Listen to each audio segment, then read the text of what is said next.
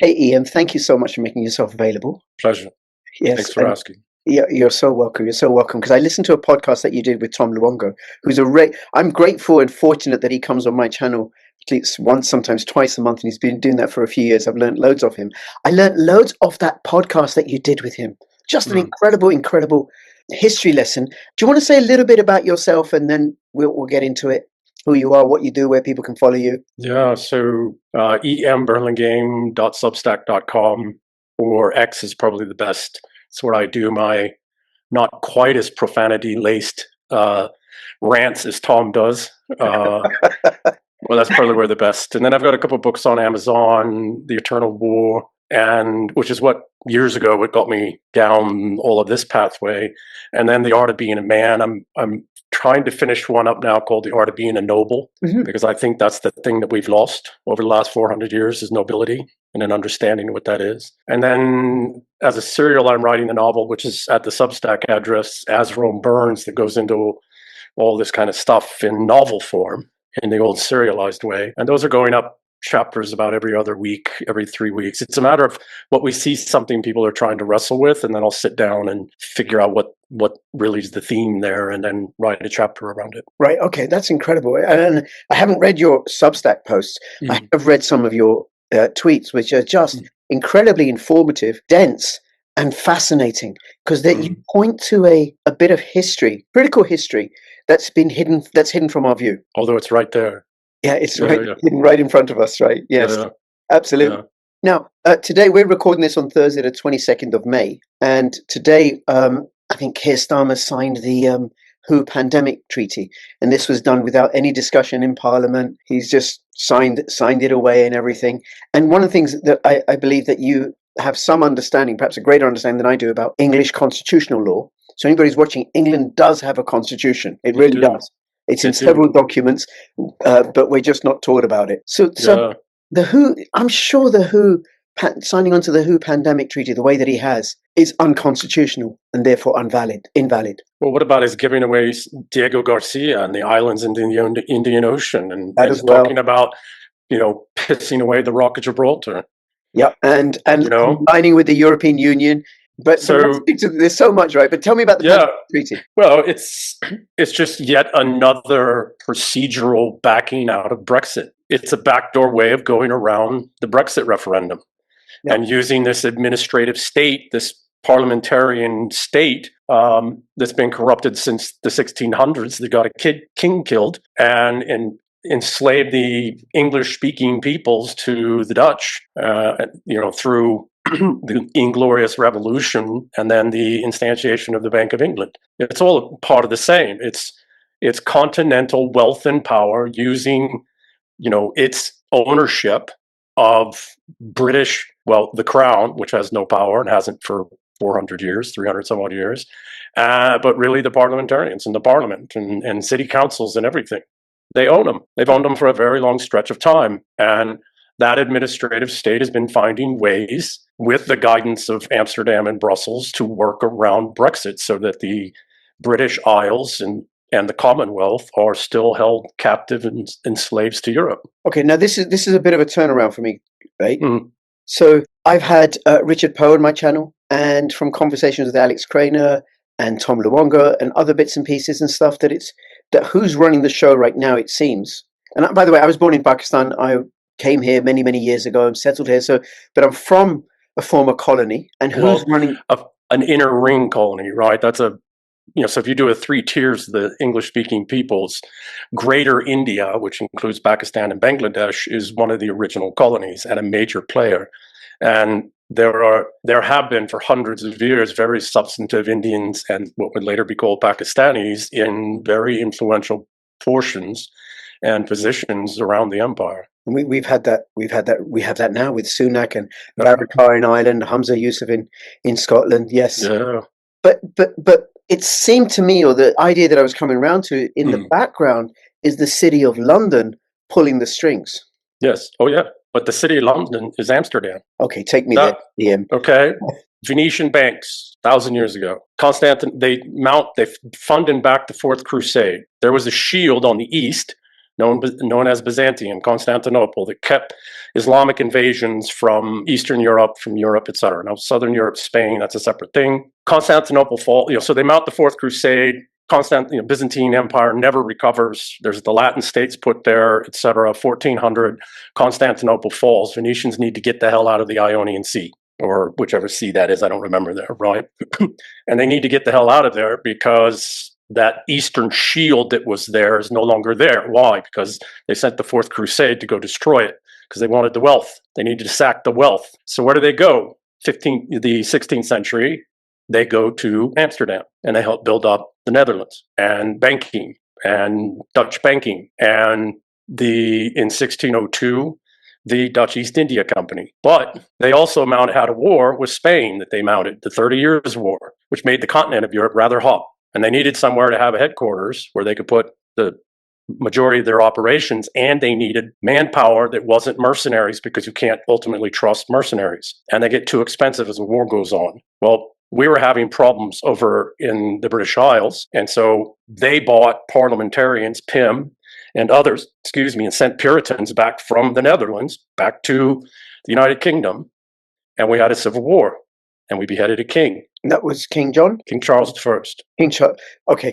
You have to forgive me. My English history is really, really bad, right? I remember at school, right, we had to learn it was so boring, irrelevant. Wasn't this interesting stuff? What that was a hostile corporate takeover of the British East India Company by the Dutch East India Company, because we provided them a safe place, the Dutch East India Company, a safe headquarters, City of London, which got carved out. They sent an army behind William of Orange, who was married to a traitor, Stuart daughter, and they had the glorious, I won't call it that, the Inglorious Revolution, where they replaced the Stuarts as the monarchs of England, but under a constitution. And there's, to your point, right, a constitutional monarchy. Well, there's, in the first part of that two-word statement is constitution. And what came out of that also was the related English Bill of Rights, which would later help shape the Declaration of Independence in the United States and the Bill of Rights in that. But the point being is that the English Civil War was what we call in special operations intelligence preparation of the battlefield. It was preparing the British Isles for an invasion by a Dutch monarch and backed by the Dutch East India Company and the Venetian bankers. Venetian bankers become Dutch bankers. And that's what's been in control of the British Isles ever since. And it's used the Bank of England, was instantiated 6 years later, as this total, and used all of the war-fighting material capability, used all of this capacity of the English to wage war around the world to collect on the Dutch's debts, debts owed to the Dutch. Well, it's still going on now. That's why they don't want to back out. They won't, whatever the Dutch do out of Amsterdam and Brussels, because you got to remember, where did Belgium come out of? The Low Countries. So same peoples, a mixing of peoples, but same mind, same concepts, etc. They will do whatever they have to do to continue their ownership and control of the British Isles, and through that, the Commonwealth, and the ability to manipulate the United States, because we're the only one with the martial manpower anymore to go around the world and collect on their debts. I'm just fascinated, absolutely fascinated. And I'm listening to you thinking, so it's the Dutch. It is the Dutch, not the City of London. And then, well, it is the City of London, but that's the Dutch. That's the Dutch. Yeah. Okay, so it's not even like the City of London is a proxy for the Dutch. It's the Dutch. They moved their banking money, their banking operation. It was global, right? So, for all intents and purposes, the City of London has been the HQ for the Dutch East India Company for 360 years. Now, the Dutch East India Company doesn't exist in name in that way. No, it shut down because the company itself was what we call a special purpose vehicle. It wasn't meant to last forever. You don't need it to last forever when now you own a kingdom, an empire. You just fold all that into the government and the management and the operations of the empire. And you can do away with the company. And what you do is you saddle it with a bunch of debt, and then you bankrupt it. You shut it down. You de-charter it. Okay. And then the City of London, the square mile, has special status. It's not part of. It's an independent nation for all intents and purposes. Now, okay, why? Or state, I would say state rather than a nation. Yeah. Why don't we know that generally? And what are the documents or the charters that give it that status? Well, that was done. So, in order for them to have that charter, they needed a king that would royally carve it out. So they brought the head of the Dutch government, the prince, over and set him up as our king. And 6 years later, they had all the documentation in place. And Prince William? Prince William, yeah, William of I got Orange. that one right. Yes. Yeah. All of this carving out of the City of London as its own separate protectorate, basically. So it was the first. Are you familiar with the term the spider's web? I know of that film. I haven't watched it. Yeah, so it's the film made by Marxists. So their solutions are horrible ideas, but their identification of the spider's web is actually really rather spot on. But don't ever listen to Marxists when they give you a solution, because boy, that's going to go bad. But the spider's web is the loosely offshore banking system of the world. Well, what you have to think of is the City of London was the first node in the spider's web, and it's been building out these separate protected entities to all this wealth that's being stolen through the Commonwealth, through the Empire.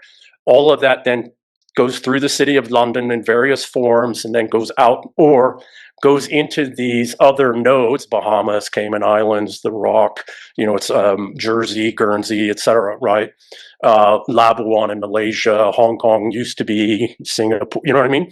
So all these formal components of the British Empire, this banking system, this unaccountable banking system, has been embedded there. We call it the spider's web. The first node in that, however, was the establishment of the City of London as its own protectorate, as its own entity, self-regulated, self-governed entity, although the Crown still has an obligation to physically protect it. That was a pretty neat clause written in there. And then all of that operational, functional spider's web development stuff really was instantiated in the creation of the Bank of England. Okay. Now I've traveled through the City of London. I don't need a passport. So then, no, but do you need a passport to go to the Vatican? I don't know, actually. I've never been to Rome or to the Vatican. From Rome, if you're in Rome, you don't need a passport to get into the Vatican. Yeah, no. It's the same with the spider's web, right? If you got a British passport, you can go anywhere in the spider's web you want. Doesn't mean you're going to be able to park any of your money there. Yeah. Spend it, yeah, right? But park it, no. Okay, so then who are the people who are running the City of London? And the City of London, are we talking about the Bank of England or other entities as well? Continental Europeans control the Bank of England. They have since its creation. Take a look since the 1600s, how many times Europe has been the cities, these beautiful European cities, and they are. Look at how many times they've been rebuilt from the ground up. After the 30s, 50, and 80 years of wars in the early 1700s, again in the Napoleonic Wars, and then again after World War II. Who paid for that? Sure as hell wasn't the Europeans, continental Europeans. They were broke. Look at Britain. Look at the Commonwealth. Look how much poverty is there and how much rot and decay. Well, if we had the largest empire the world's ever known and we managed it as well as we did, where'd all that wealth go? Didn't go to rebuilding our cities, didn't go to rebuilding our communities, our industry. Europe's beautiful, though. What was the Marshall Plan, and who paid for that? Oh, and by the way, 7% of that had to be immediately paid to MI6 and the CIA. That's actually in the Marshall Plan documentation. If a country wanted to take Marshall Plan monies, it had to channel back for security reasons. These fuckers have been at this for a long time, and they're really good at it. The thing is that at some point, you do get to a place to where you can't take anymore because there isn't any more to take. At some point, even the most sophisticated psyops are going to start breaking down, and people are going to start going back and re-looking at their history with the blinders off, as in King Charles I was actually a damn good king, and he was the last king to actually fight for the English people. He was the one trying to prevent this from happening. And so we allowed him to get beheaded, and we allowed power to transition to unaccountable parliamentarians. And we had a reprieve to where this strongman, this Red Caesar, stepped in, Cromwell, and he tried to prevent it. But unfortunately, his son wasn't strong enough. And so shortly after he was gone, they brought back Charles II, and he was controlled. And then James II was starting to really kind of figure this out, how to fight this. And so they couped him with a Dutch army backed by the Dutch East India Company, financed and backed and armed and supported by the VOC. That's just incredible. And our histories about our people and the time and all that have just been by this occupying force have been retold and retold and retold, so that we don't really know our own history, our own story, our own reality. Well, that's been going on in the United States increasingly since the 1940s, when the new HQ, well, it really started right after World War I, or right around World War I. But the next HQ was moved over to Wall Street, the new, City of London. It's moved to Wall Street. Now, they didn't need a private protectorate anymore because of all the legal structures, and they changed the laws and helped shape and guide business law and finance laws and courts and all of that. So they didn't need a separate protectorate anymore. And also because the spider's web is developed, so the things that they needed to do that they didn't want to have to get permission from the people and legislatures and courts, et cetera, they just put those pieces out in the spider's web nodes. Bahamas, Cayman, et cetera, et cetera. Intent was right about now, maybe a little bit, maybe next decade, to move the next HQ to Shanghai. And they've been building on that for the last 40 years. But the Chinese said, yeah, no, we're not fucking doing this. You ain't doing that to us. You did that to us once in the 1800s and the early 1900s. You're not going to do it again. And they're trying to stir up kerfluffles there between the Pakistanis and the Indians, which is, for all intents and purposes, a bloody civil war again. I don't think they're going to get it because you guys are like first cousins and you grew up with the family and you know exactly how we think and how we operate, how we do things, because you grew up with us, right? And we all went to the same schools and got in the same fist fights and, yeah. So. Okay, so if they're not moving it to Shanghai, where are they trying to move it to? Brussels? Back to the Netherlands? I don't know. I don't know what they're, we're physically walling them off, like the conversation I had with Tom. Problem is that, I don't know, right now it looks like Canada. Canada has all the natural resources necessary to recapitalize their system, and they could take Canada without a physical war. Yeah. And the reason they have to look at that is because the attempt to use Ukraine as a proxy military to go fight a peer failed. At the cost of, right now, I think the numbers are about 1.3, 1.5 dead Ukrainian men, and about 100,000 plus, a little over 100,000 on Russia's side. These are numbers we haven't seen since World War II. And these are just two combatants with, a smattering of others. They don't have enough, they're trying really hard to get the United States to go to war with Iran. They're trying very hard to get us to go into Ukraine. They're very pushing on China. I don't think any of it's going to succeed. So the point is, wherever they're going to go next, and they can't do it in Europe because there just isn't the collateralized assets or collateralizable assets in Europe anymore. It's a rentier economy now, and it's been a rentier economy for 60 years, meaning there's no real economy in Europe at all. It's just the flows of capital from outside that keep it going. Yeah. So they need massive amounts of resources, natural resources. They're not going to get them in Russia because you're not going to defeat the Russians. Just not going to happen. It's not going to happen. I don't know. I'm a social worker, right? And when the war started, I was like, oh, this is going to be really bad for Ukraine and Europe. They're not going to beat the Russians. I'm not but it ain't going to happen. My father's a MSW out of Syracuse, so that's what my father did. He's retired now, but child welfare mostly. Canada's the only place they can go that's, they don't need armies, really capable peer caliber armies. Mm-hmm. That is geographically defensible. Well, unless the United States decides, or just us up here in Idaho decide, that's it, Canada, you pissed us off. So we're going to take this weekend and we're going to overthrow your country. South Park, the movie. Who would have thought that was prophetic? Oh, I didn't even see it. Yeah. Oh, it came out 25 years ago, almost 26 years ago. And it was that the US and Canada went to war. It was, and at the time it seemed so outrageous. Like, really? Yeah. South Park's too prescient, though. Yeah. Those kids. Yeah. So Canada seems to be all the movements. You can see all the stuff that happened under Trudeau and around, and all of the patterns are there. But again, it's the only place on Earth that has the amount of natural resources, the defensibility, the legal structures in place. People say the globalists. It's like, now let's call them what they are, the fucking Dutch.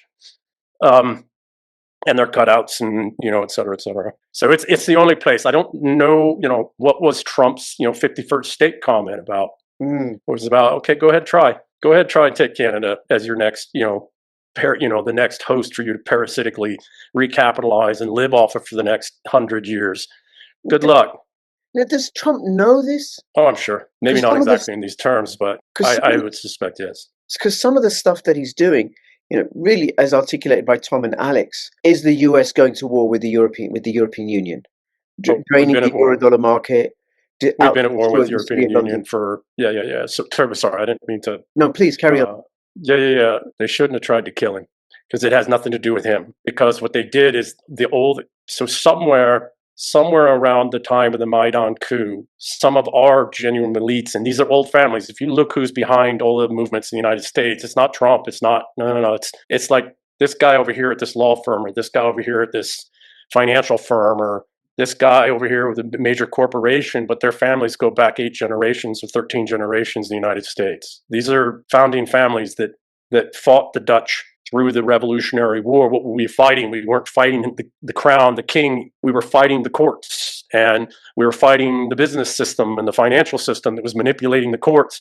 King had F all to do with that. And oh, by the way, he was incontinent, cognitively non-compos mentis numerous times. King George III, I think it was, right? Point being, these old families know this fight. And we got to remember Manhattan was created by the Dutch. Yes. It was New Amsterdam first, wasn't it? New Amsterdam. So it's not like this hasn't been here since the founding of the United States and the beginning of the United States. There's that one, the comment about Canada, 51st state, and then there's the comment about Greenland. If you were going to try and take Canada, and you were going to try and hold Canada and use it, all done corrupt, but legally, because that's how these folks work, right? Through constitutional changes and law courts, and it's all corrupt as hell, unreal, and it's got a lot of murder and violence, and a couple interesting people died in 2020. Shouldn't have died, no reason. Anyways, one might have been a Rockefeller, one might have been a Dalio. So it's not all just corrupt politicians and other things. It's murder. I mean, murder is happening, etc.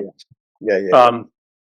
But if you were going to try and do this constitutional stuff where Canada invited the EU in and EU, whatever the hell, this ludicrous, you'd need Greenland as a staging area. Right? Back and forth. You'd need Greenland. You'd need access to the Arctic, basically, right? Unfettered access to the Arctic. And you'd need the economic exclusion zone of Greenland, because it gives you all of this, 200 miles on and off the shore, etc.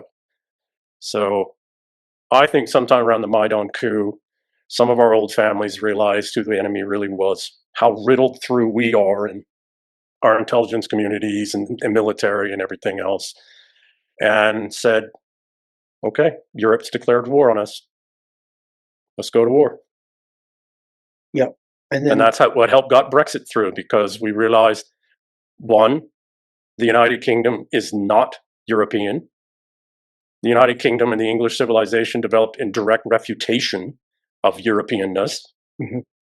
Europeans, continentals that moved to England because they wanted to be English. They wanted to live under, individual sovereignty and the right to private property and free speech. And, they wanted these rights. And the ones that came here to the United States up through about the last 60 years, they were all about that too. And that's the thing about the English civilization. It's not an ethnic group. There's no ethnic English. It's a civilization. It's a very sophisticated one. And our civilization does allow for people from very different ethnic groups, because that's how it was founded in the first place. It was about 5 major and 15 minor ethnic groups that were all, carefully crafted together in taking pieces of each and weaving them together under Alfred the Great and his son and grandson 1,200 years ago. 1,100 years ago. So point being is that I think 2014, we realized, some of our old families here and in the UK realized, no, we're at war with Europe. And that's what led to Brexit. It's what led to Trump getting in office the first time, both of which were utterly improbable things. And it's led to everything since. Now, I also believe that we've been, as Tom talks to, and Alex sometime, numerous times, I do believe that we've been trying short of bloodshed to fight this fight, because we are fighting, for all intents and purposes, we're not fighting Europe or European countries and states. We're fighting the Dutch and the Venetian, the Dutch East India Company and its successors, and the Venetian bankers. Well, how do you fight a major corporation, a global corporation, an MNC, and banks, business and finance? Yep. And you deny them access to, through treaties and through,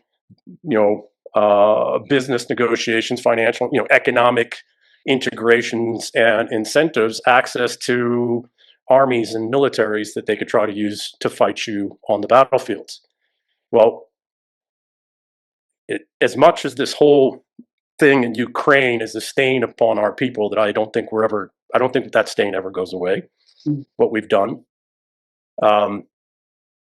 Europe doesn't have 1.5 million Ukrainian men to fight for it anymore. No. Right?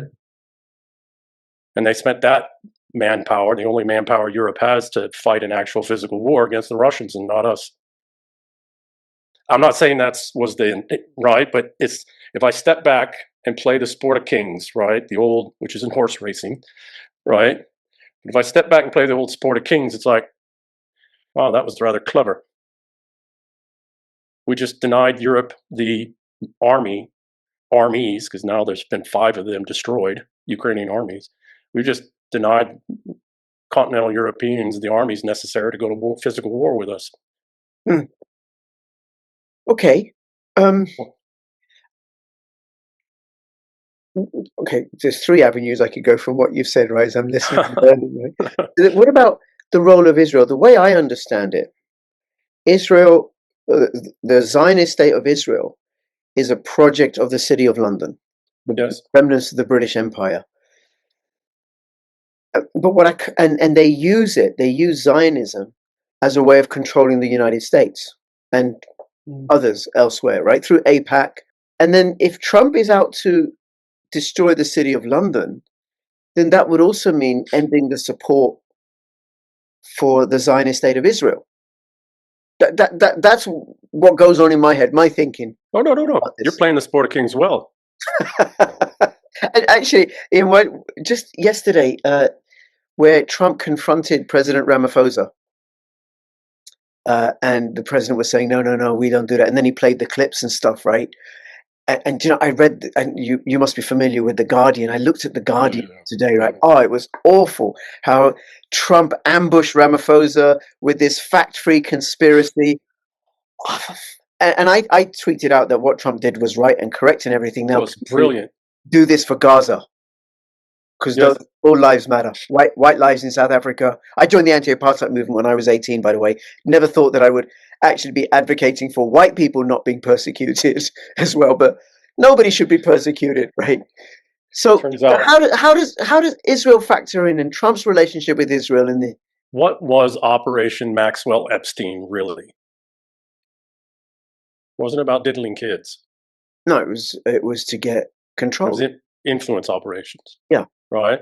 To bring about the World War III necessary for Amsterdam and Brussels to recapitalize Europe.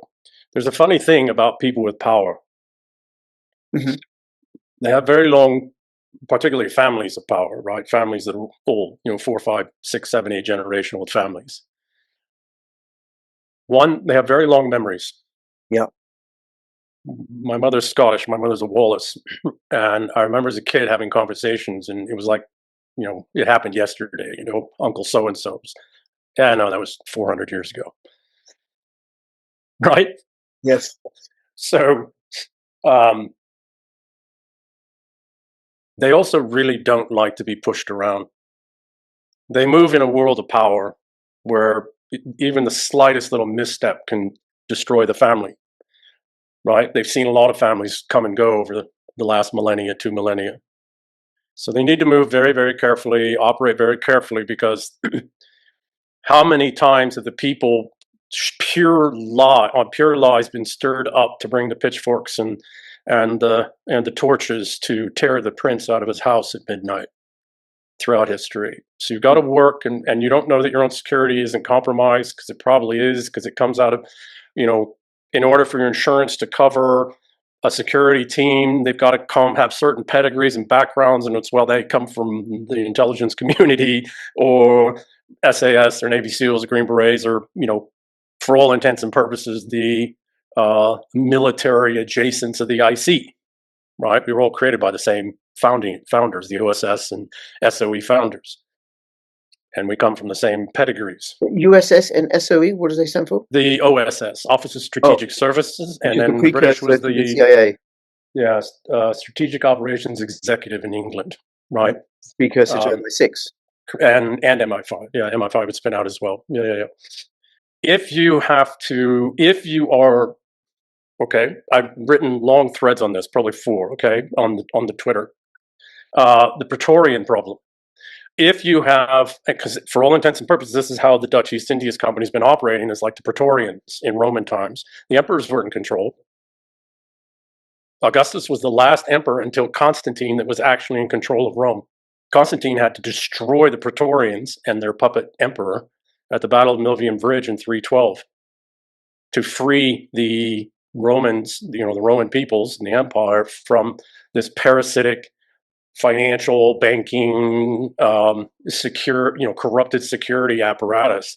The Praetorians were also the security for magistrates, for generals, for senators, and they would murder anybody, right? So, point back to your question, right, about Israel, etc. Okay, if you are the old families and you realize you're going to have to go to war with the real enemy, and that enemy is riddled throughout everything: your government, your protective services, your banking, your finance, your business, your industry, your education, parliament, etc. And this whole liberal democracy lie, again fostered by the Dutch, by the Venetian bankers starting 1,000 years ago, about the value of liberal democracy, and down with princes. But you're an actual prince and you've got to go to war. You got to do that real careful. Really careful. It takes time, and things are going to move and shift and adjust and all of that. And you want to keep that from going hot as much as possible, because that just gets ugly and millions of people die and lots of assets and property gets destroyed. And maybe you lose a third or half or more of your kids and grandkids and great grandkids, right? Okay, back to Israel. Back to the EU, back to Brussels, back to Amsterdam. Generally, what you do is you very carefully, very subtly, never been able to speak to it directly, etc., get together with some of the other old families and you convince your enemies to go to war that they can't survive. Okay. I've said this numerous times. I don't know that Israel survives. Oh, I don't think it will. I think it's done. Yeah. The problem is you have rabbis. Alex Craner was just talking to this earlier today with Nima. Is that his name? Dialogue Works? Nima, I think. I haven't listened to that yet. Yeah. He was just talking to him earlier today. I was just catching up on geopol stuff. And there is, a subset of rabbis in Israel that believe that Israel has to be destroyed in order to set about the Jewish people's path to redemption that then leads to their Messiah. You might wind up having people within the Jewish faith, at high levels that are intentionally destroying Israel because they believe it sets off this next portion of the cycle. So to your question, I think Israel's done. And I'm seeing all this anti-Semite stuff and counter anti-Semite stuff. Historically, Europeans, German, Dutch, etc., have blamed the Jews. That goes back hundreds and hundreds and hundreds of years. So if they can't recapitalize their system somehow, ain't like they haven't turned on ethnic groups before. Ain't like they haven't turned on Jews before. And not like they ain't turned on Jews before. Yeah. You get a people to destroy themselves is what you do. You get them to commit to a fight that they can't win, and you support them just enough in it that they go too far, and then you just let them destroy themselves. And again, I'm not saying that's what's happening. I'm not on the inside of this, but it's, again, back to the sport of kings. If I had a Praetorian problem, and I'm going to have to deal with that, and here's this community, this very capable community who's a part of that Praetorian system and a problem, I want them to destroy themselves over there. And when you say sport of kings, I can really get it, because it is how an individual might impact large groups some distance away, which is not like, you and I as ordinary human beings do things that we impact the person right next to us, the one we're talking to. Yes. I get it. Okay, that was useful. All right, then the other one you said about the relationship between the UK, the European Union. You haven't mentioned them, but I'm curious as well. Or I think how they listen to you, how they play. The WEF are just agents for the Dutch. Yeah, are you familiar with the old term golem? Golem, from Lord made out of mud and sticks and not Schmiegel. Okay, a golem is a magical creature created out of mud and sticks and slime, and then has life, infused into it as if it's real and it's alive, but it's really not. It's just this golem, right? That's the WEF. They've been a front. Yeah. The front the whole time. That's the PR arm, right? That's Goebbels' people for the Fourth Reich. That's Goebbels' people. And now they're no longer necessary. They're no longer needed, right? What's been set in motion, set in motion. Same thing with Maxwell and Epstein, right? Everything that their whole purpose has been met. They put all these people into all these positions, to where short of blood, short of pitch English peoples taking to the streets, and I'm not calling for this, by the by, just talking history, but short of the English people rallying to some of their lords and tearing some dude out of some house, who the cat's probably a better prime minister than he is. Do we still have a cat, by the way, or did the Boers get rid of? I don't know. Right. I'm looking to see how we can bring in 3 Ukrainian men in a moment. Yeah. So, short of actions to physically remove all these hundreds, if not several thousand, Fourth Reich educated political leaders and bureaucrats in the United Kingdom, the damage is already done, because they are, again, procedurally reversing Brexit. And what is that? That is re-enslaving the British Isles, and through that, the Commonwealth, 2 billion people, back to the Dutch, back to Amsterdam through Brussels. You mentioned earlier about how it comes a point where people begin to see through all the psyops, and that there's nothing left to steal anymore. And it does seem to me that people are beginning to see through the psyops. More and more people are waking up, and that social media and the internet has really facilitated that, because information travels so quickly. And then before we started recording, you talked about a 400-year cycle. How do those tie in? Probably since the first advent of the first cities, psyops have been, the domain and control and power. The narrative control plays out constantly, and in every society and civilization, there seems to be a kind of a set periodicity, and when all that psyop breaks down, and then they go to war with each other, with themselves, and either they break apart or they come to some new, détente as to the balance of power between people, princes, and parliament, right? So the people, the wealthy elite, truly wealthy elite, and government. In the English-speaking world, our pattern is about 400 years, and it goes back unbroken to Alfred. And realistically, 400 years before His Majesty Alfred, there was the Romans left. And we had to battle out how, how former Britannia was carved up and the balance of power there. And then 400 years before that, the Romans showed up, and we fought that out, right?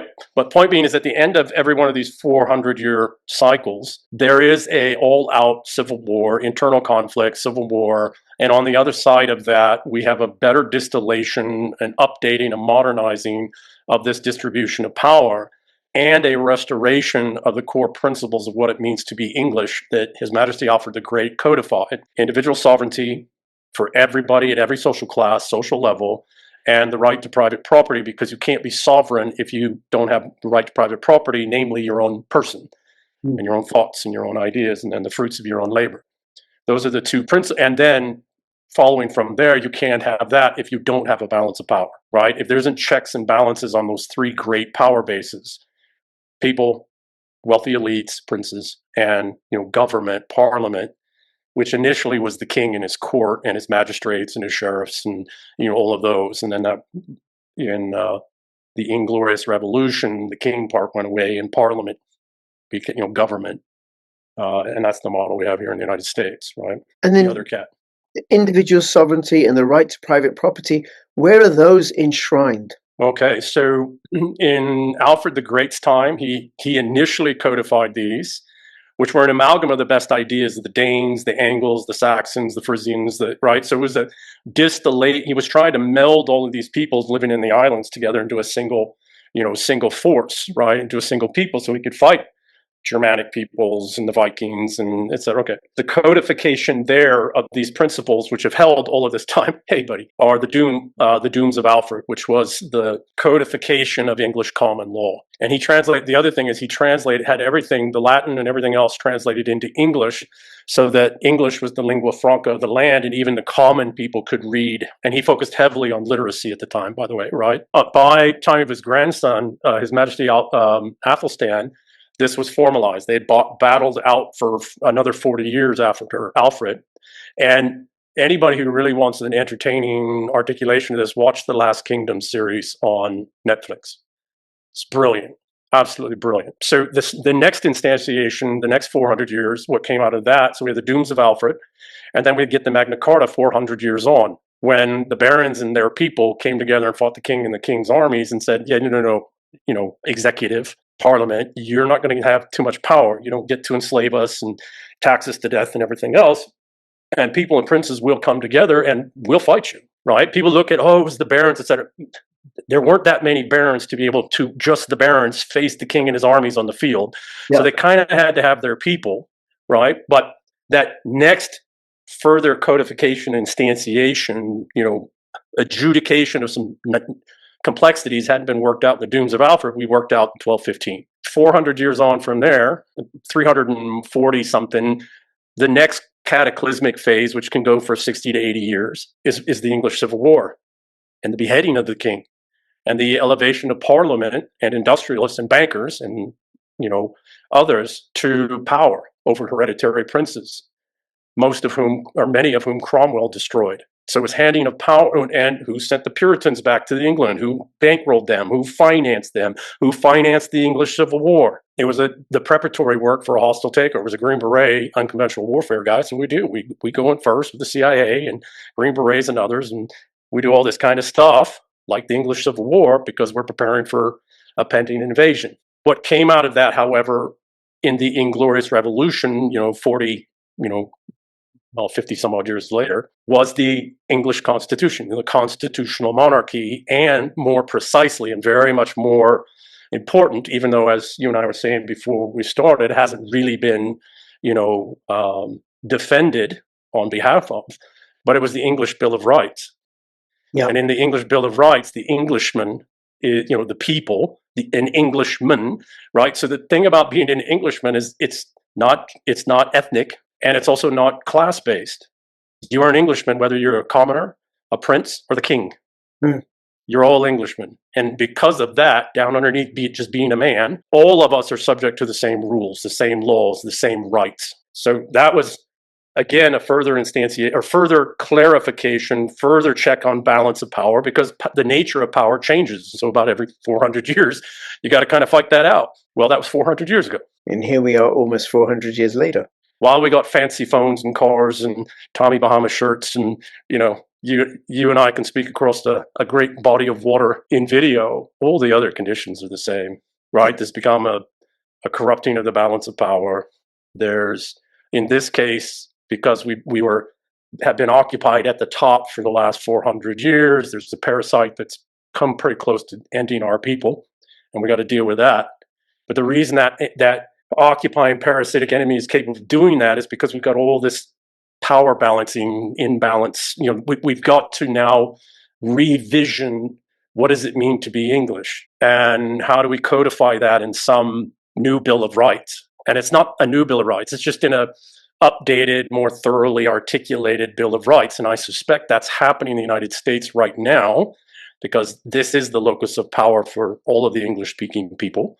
And that's not going back. It's like the shift from Rome to Constantinople. So there is a very genuine, very aggressive push to restore constitutionality in the United States right now. For all these things we're seeing with Iran and this and that, if you watch the actions of the courts in the United States right now, they are locked in all-out war.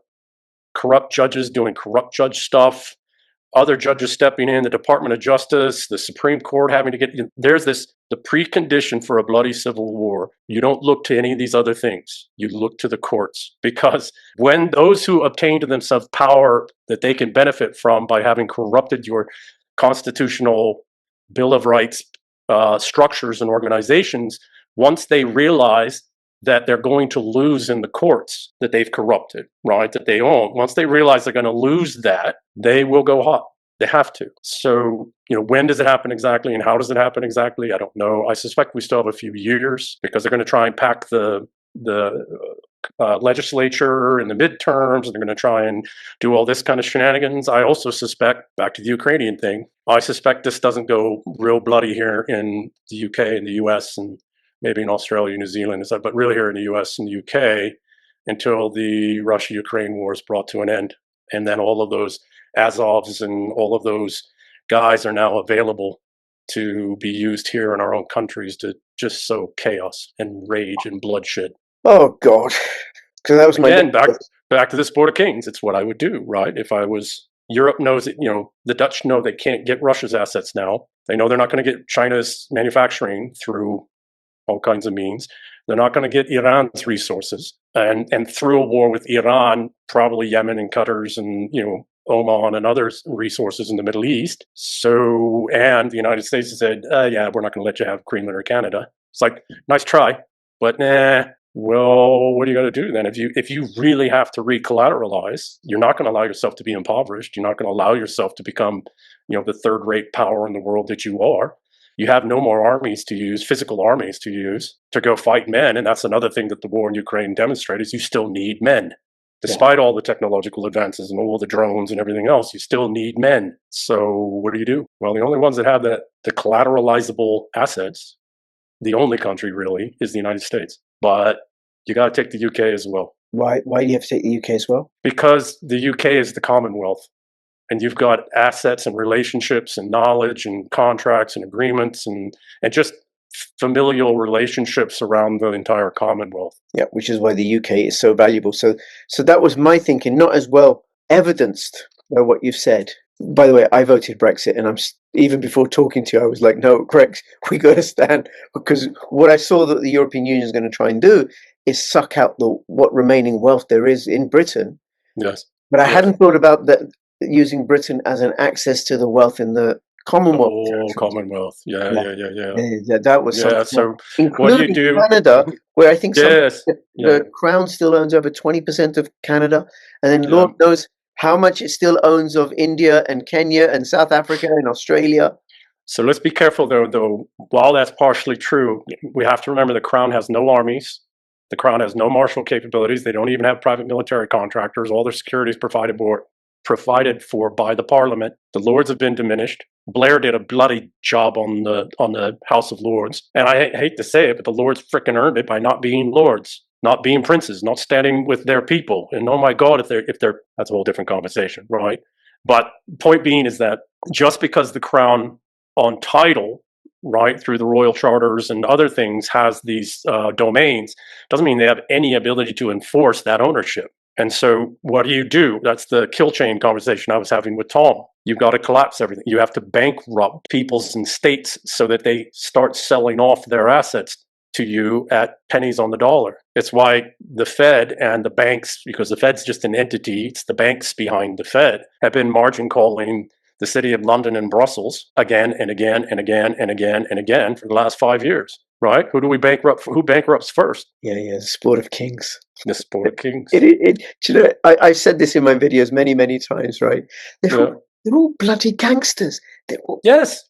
Gangsters. And instead of like fighting over turf like you might in a city, the turf is the entire planet. And you got Putin gangster and Xi Jinping gangster and Trump gangster and Keir Starmer puppet. He's somebody's mole. He is, right? He's somebody's rag boy. Yeah. Wait, I said that publicly, didn't I? You're three Ukrainians. Yeah. How did they know where he lived? Why is nobody talking about it? Yeah, well, they're all three effeminate-looking Ukrainian men who didn't die in the front lines over the last 2 years of war, 3 years of war, right? They had a carve out, pun intended. Yes. No, I mean it is the sport of kings, and I'll be quite honest with you. I'd rather have a king than some unaccountable banker somewhere or banking cabal, right? And they're all interchangeable component pieces, right? So somebody gets caught in some ludicrous fraud who got punished for the shit Leopold was doing in the Congo? The last time we had a system that was legitimate was in the 1600s. And so the Dutch East Indies Company launched back to 30 Years' War, 50 Years' War, to 80 Years' War, brought about the Peace of Westphalia, which was the transition of power from princes to parliament. And just on that, how did the Fire of London and the Setaquai Act, that was 1666. Yeah. How did that play into all of that? Probably. When you want assets and you want to seize assets, you need them to have a full flag, right? And you need them almost zero value so that you can come in. Yeah. And this, I can't pronounce it, the Setaquai Act, it was 1667, I think it was, and it was written in French. All other acts at the time were written in English. This one was written in French. And I don't understand this. I haven't got my head around this, but it created the birth certificates because you needed to have identities.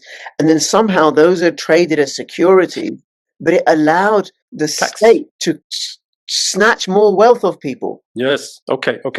I had this conversation with Peter Buffett, Warren's son, 3 years ago. It's always about the theft of the commons. It's always about how do you take the assets, how do you take the common assets, and how do you financialize them and use those as collateral for your hypothecation. By the 1600s, the land commons, it didn't really in all the parts of England and the UK end until the 1800s. Most of the land commons had been taken already by the mid 1600s. So what other common is there? People's future. Because populations in a parliamentarian system, populations are actually a lifetime tax earning. That's how they're sport of kings, right? Mm. How do you assess a parliamentarian system at the highest levels in the banking level? You look at each individual as a revenue and liability table, and that changes over time. But you're looking at on this parasitic tax debt and wage slavery system as lifetime earnings off of that person. Well, you need them like real estate. You need that property properly cataloged, properly chartered, right? You have to, we operate in this legal banking system. Every asset's got to have a clarification of what the asset is. And then you assign actuarial tables to what's the lifetime earnings and obligations on them. And then you adjust that every 3-5 years. This is how bankers think. Right. And so I can get how birth certificates are then collateralized.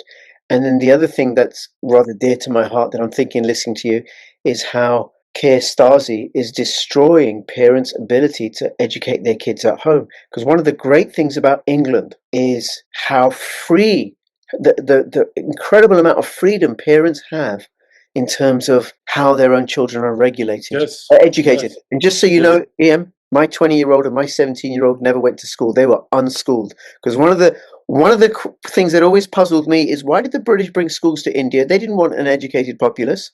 But I can see. Well, not necessarily true, but yeah, go ahead. Well, they wanted to say to them, look, we're your lords and masters, follow our gods, not your gods, and do our bidding. Well, that was part of it, but you want to increase your asset value. That's where the point I was getting onto, right? Yeah. So I understand the stuff about the birth certificates now, the way that you explained it.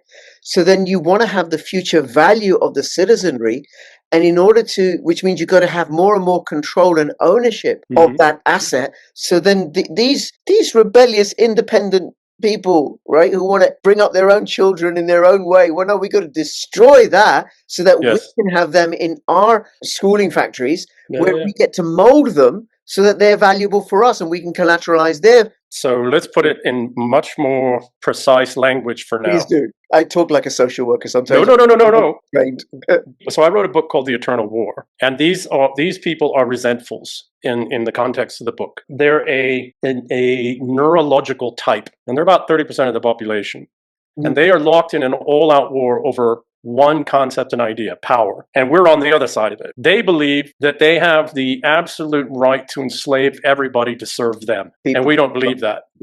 And so we fought for hundreds of years, uniquely the English and the English society and civilization. We fought for hundreds of years, spent about a third of our annual income, thousands and thousands of our lives, ships, everything, fighting the slave trade. Do you think that we actually defeated the slave mind? No, we just forced them to be more sophisticated, more clever. So this move now, to your point, this is late stage. This is just prior to kids just going to chains slavery. If the state can take your kids from when you were young and force them into your training, your mold, your education, etc., that's slavery, straight up slavery. You are forcing them into your system. Now, is it slavery quite like prisons, etc., and chain gangs and all of that? No, but if they try to go against that programming that you pump into them from the time they're just little, they get canceled. It's the same effect as getting whipped or beaten or killed, right, as a chained up slave. And in fact, it's worse because the chains are invisible. It's abuse at a macro level. It's slavery. In order to be able to get away with the abuse, it has to look like it's beneficial. But what it is, quite honestly, is slavery. Because what is human labor? Human labor is a portion of somebody's life, right? Every day that I labor in thought or effort is life that I've spent. I've exhausted that life, that amount of life. I'll never get that back. What's happened is we have this totally and absolutely unaccountable slavery system everywhere, always, all the time. And it was put in place in the 1600s by these financialists. And it's a straight up slavery system. King Charles I tried to fight it, beheaded him. John F. Kennedy stated it. A couple weeks before he was killed, they killed him. A conspiracy to enslave the people. That's what it is. It's slavery, and we need to call it what it is. And it's the antithesis of what it means to be English, because to be English is the exact opposite of that, right? To be English is individual sovereignty and the right to private property. And the first private property is self, my labor, my life, my productivity. We use all these fancy words, but in reality, it's the way they are doing this is the state is increasingly getting the right to take the child and put them in slavery to the state. Taxes, wages, debt. And if you try to get out of that system or not live that way, they'll just put you in prison. Which this educational welfare bill is threatening to do. Parents can go to prison if they don't educate their children the way the school. How is that not slavery to the system, to the regime? Let's call it what it is, and let's go to war with it. Absolutely, that is as slavers, and it is the absolute antithesis of what it means to be English. And that is, and I'll tell you, there's one other culture and society on Earth right now. It's a little different because we've been this way since our beginning, right? Alfred set this up. His Majesty Alfred set this up specifically this way. Post-communist era, the Russians are the same, because this total and absolute enslavement of their people to the state cost them 70 million of their people and destroyed their country and destroyed their people for generations. They don't ever want to go back to that. And what do you need to not allow the kill chain? You got to have a king. You got to have a strong king. And that strong king has to be backed by strong princes. And those princes have to be backed by committed, actively engaged people. Actively engaged in what? Not being enslaved. No matter how sophisticated, no matter if there's velvet around the chains, no matter if the manner, the contract, the social contract around which our formal legal documented slavery uses all these nice and fancy words. Still slavery, and we must fight it. And we can't do it as the people. I mean, look what's happening here in the United States. Those are princes doing this work, the yeoman's work. It's not common people. Common people have to get involved and they have to participate. If our princes, I said something about this, about the crown there in the UK. If William was to step out one day onto that balcony and rally the banner, and I'm not, again, saying for him to do this, right? It's not my place. But were he to rally the banners, or truly rally the banners, there would be millions of people from around the Commonwealth that would rally because we're tired of this slavery. We're tired of these Dutch and their clever financialist enslavement system, this kill chain system. We're done. We're done murdering people for them. We're done enslaving our children for generations of debt for wars that we never wanted any part of. We're just collection operations for Holland. We are done. And I do believe we are winning. Project is crumbling and falling apart. They're going to do damage, but we are winning because more and more people are waking up and more people are saying no, and more people are seeing through the lies and exposing the lies. I fundamentally agree with you. What we have to do, though, is we've got to get back to our real history and really realize that, no, we the English-speaking people, which does include the greater Indian people, we are a civilization. We're not Europeans. No. Our civilization developed in direct refutation. Yeah, sorry, go ahead. I've interrupted you as well, Ian. I know how you and Tom were having a swear fest with each other, right? Yeah. Tom swears on my show when he comes on. Tom just swears when he gets going off. You go, Tom. Yeah. One of the things that I've appreciated about the British legal lawful tradition that it is, I can do pretty much anything I want as long as I'm not causing harm to others or committing fraud or causing injury. Yes. That's pretty much it. So my kids, I can bring them up as I want. And that is not the case in Europe. Europe need permission. Not here. I don't need permission as long as I don't do harm. That's civil law versus common law. Yeah. And there is this individualistic streak within the British Isles because we are set apart from Europe. And it is funny for me as a Pakistani, as a Briton, and as an ex-lefty. Lockdown turned everything, twisted my head around a lot of things. Lockdown and Tom Luongo. Right, and Sound Money. Lockdown Tom Luongo and Sound Money twisted my head in many good ways for the better. Yeah. Ian, is there anything else you want to say before we finish up? The English are bloody brilliant people. We're a wonderful people. We are a civilization. Let's just remember that. Let's get back to that. If we can get back to that, it's a couple simple principles. You just summed them up very nicely, right? The problem is now the problem is not the English people. Our government is owned by Europeans. It's owned and controlled, and they are genuinely, no joke, moving to the final stage of just outright open slavery, and we can't let them do it. But it's going to take a union of the crown. And oh, by the way, His Royal Highness William would be the first English king in over 400 years or over 300 years since the last Stuart because of his mother. Okay, I'm going to go. I know I said, is there anything else you want to say, right? But let's have a bit, right? Because you and Tom talked a bit about the Middletons and William and their role. Now, Queen Elizabeth I believe, or I'm led to understand, certainly others, that she was Yeah. for Brexit. She wanted independence. Oh, yeah, yeah, yeah, yeah. But Yes. but And she hand raised His Royal Highness she hand raised King William. William. No, no, no, not His Majesty the King now. So Uh, Queen Elizabeth hand raised Prince William. You're saying? How do you know this? Is oh, it it's public knowledge. I mean, okay? it's well known that she took him from mother and very carefully hand raised him from the time he was a wee little lad. And And what Harry too, by the way. Good Prince Harry. She hand raised them both. and what's Princess Diana's role in all this? Or is it kind of separate? Okay, we've had a problem of legitimacy at the crown level since William of Orange. And oh, got to remember, we had two other German families brought over afterwards, the Hanoverians, and then the House of Saxe-Coburg and Gotha, which is now called the Windsors. Mhm. But they also sit on all the other thrones. The single house, the House of Saxe-Coburg and Gotha, sits on all the other royal thrones in Europe, and a lot of wealthy families because they commingled and co-married, and they were a family that was the only major noble house or moderate noble house in Europe for about 100 years that was having kids regularly. And so they married into all of these, they had the right pedigree. And so because they were having children at a fairly regular rate, they married into all these houses, all the great houses of Europe. That's the House of Saxe-Coburg and Gotha. They're Germans, straight up Germans. Now, Her Majesty, may she rest in peace, on my wall over there, she had a good amount of Scottish blood through her mother and her father's mother. The problem that we've had since 1688 is that we haven't had an English king on the throne because of her Royal Highness Lady Diana and the Stuart family and Spencer Stuart family. His Royal Highness Prince William would be the first majority ethnically English king we'd have since James II, and really even a little bit before that, because James II was a Scottish king who married, who was the child of European noble, right? So look into the whole maybe inducement of childbirth on spring solstice or summer solstice, and when His Majesty or His Royal Highness, was born, et cetera, et cetera. But legitimacy-wise, if there was ever going to be a restoration of the crown and everything that comes from that, and we could down with princes all we want, but we are a monarchical people. All the English-speaking people are, right? I know how many people stayed up early in the morning to watch Her Royal Highness and now His Majesty get married from all over the world. Point being, if there was ever going to be a restoration of legitimacy and we were going to throw off these foreign occupiers, you'd need a king that had legitimacy, right? Not continental blood, not European blood. Now, there's always going to be a mixing of that because of, just the way it is. I mean, hell, a lot of us got mixed blood from different places, right?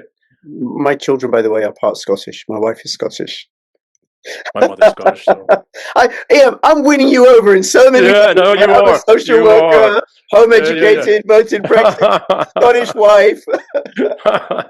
His Royal Highness was hand raised by Her Majesty, and I believe genuinely, I think personally, globally, I think something was set in motion with the murders of the Kennedys, where the princes, the actual hereditary princes, and some of them, the crown, and some of the old stock American families, and some others, right, in Canada and New Zealand, Australia, and probably even in India, et cetera, said, no more. These financialist Dutch parasites have got to go. They're murdering us right in live TV. And oh, by the way, they just tried it with Trump again, using Ukraine. So I think something was set in motion in the 60s, and now we're getting, and by the way, that goes that 400-year cycle. And now we're getting into the culmination of it. And sometime towards the end of the next decade, we should have fought it out in all the ways. And either we do finally break apart, or we recodify English civilization in constitutions and constitutional law, and a restoration of the balance of power.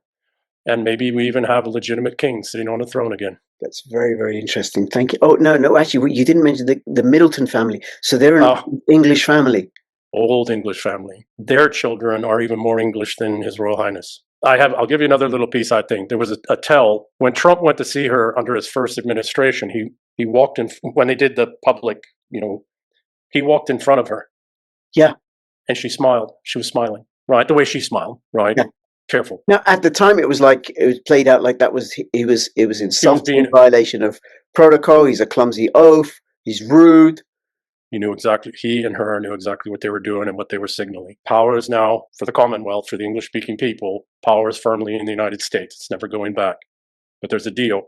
We don't let the heart of our people or homeland fail either. We don't abandon the homeland of our peoples. Because if we were to do that, who would we be as a people? What claim to legitimacy could we have as Englishmen, even as Americans, right, out of England one day, long ago?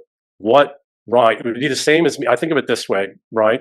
The British Isles are my parents, and or my grandparents, and they fall on some hard times. And they're in a community that's become a bit rough. I've got to take care of some things in my own house. But the moment that's done, if I don't go back and rescue my parents and my grandparents, I'm nobody. I got no legitimacy in the world. And they'll come. Why would anybody trust me? Why would you know what I mean? But also they'll come for you. And they'll come for us. And they got the Commonwealth, and they got all these assets and all these resources, so we can't let the United Kingdom fall. We can't let the heart of the Commonwealth fall. That is a threat unlike anything. We think Israel and the people say Israel and the Jews are bad. Holy shit! Wait for a rogue, truly rogue UK. Yes.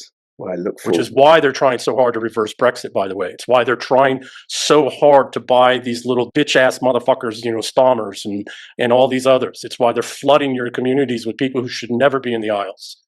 Not even for vacation. Yep. And are going to have to go. But that's why they're doing it, because they want Amsterdam and Brussels know the kind of hell they could bring to the world if they actually outright controlled the United Kingdom and thereby the Commonwealth. Okay. One more question.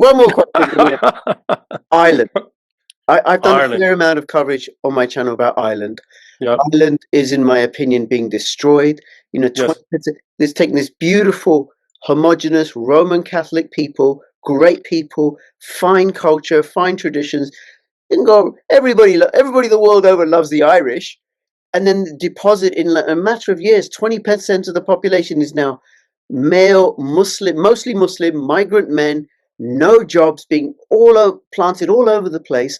I mean, but Ireland doesn't have any resources really. It's 8 million people. Doesn't it have a flat tax, and isn't it a business haven?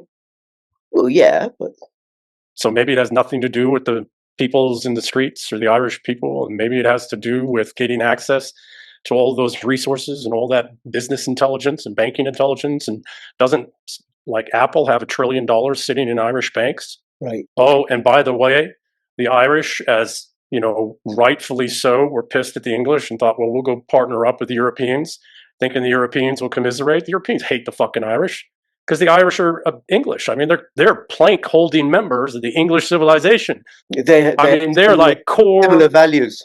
Well, I mean, they share the last 1,400 years of history directly with us. They were there from the beginning. They are English through and through, and the Europeans know that and hate them for it. And if the Irish are going to be stupid enough to partner up with the enemy, for me, it's like a kid brother just got angry because his older brothers slapped him around when we were kids, which is true, and he's got every right to be angry, but he went to the enemy family, to the Borgias, and he's trying to, and we're Medicis, and he's trying to, tear the family down. Then at some point he realizes, oh, wait, these guys hate me. They freaking hate me. They're just using me to get to the family. At some point he's got to come home. At some point the Irish got to go home. We got to make amends, right? The boys, the brothers, the Scots, the Welsh, the English, and the Irish. We got to go out in the woods, fireplace, bottle of scotch, and we need to freaking make up, right? Brothers got to come back together and say, hey, we're old men now. We're old guys. We're not, that was when we were kids. Sorry that happened, man.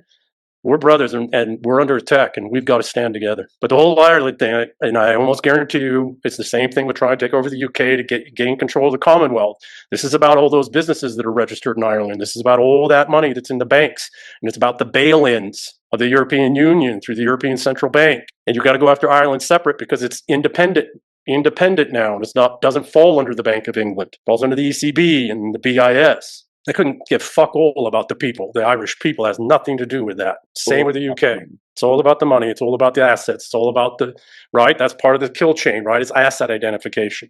And there's a lot of money in the Irish banks that doesn't belong to Ireland. So if you want an example, look to the 300 billion Russian monies that they've been trying to figure out how to steal, and they've been using to collateralize the war in the Ukraine. That money's, imagine that, times 6, but now it's the monies, foreign monies that are, that are in Irish banks, that all gets cleared through Euroclear and the BIS. Which are Board of Kings.